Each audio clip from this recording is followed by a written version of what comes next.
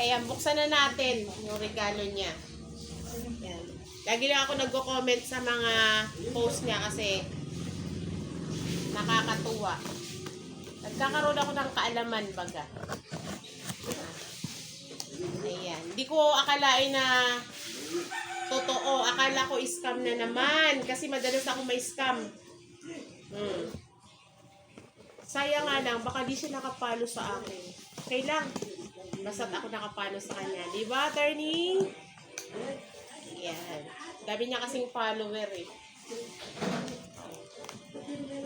Kaya mga ka-reels, kasisi, follow nyo rin siya. Nung nag-message siya sa kala ko scam lang. Hey! Pero nung ko, totoo pala. Tada! Ha? Alam ko na to ang laman, pero syempre,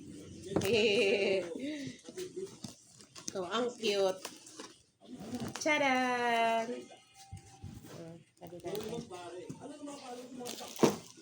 Ayan o.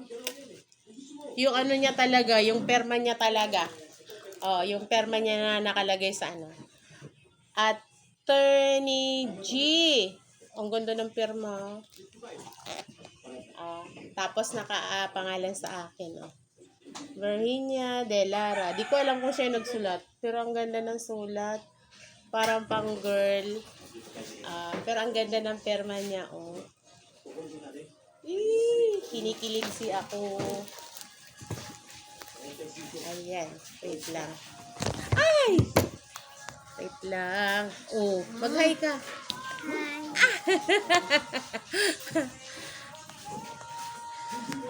Pilay ko na paano pa. Pati ka dun sa Huwag na.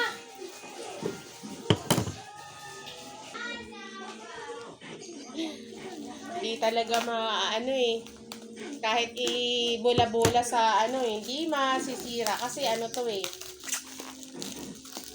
bababasagin. Ay, salamin ko. Charan. Effort to the max, attorney. Attorney G, effort to the max. Thank you.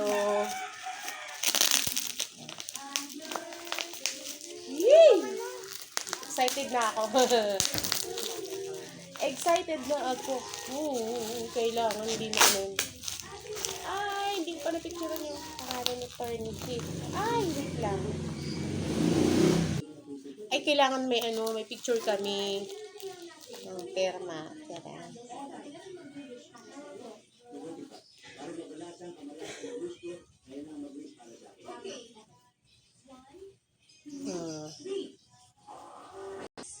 Ay, naku. Sayang talaga. Di ko na-picturean na naka-box at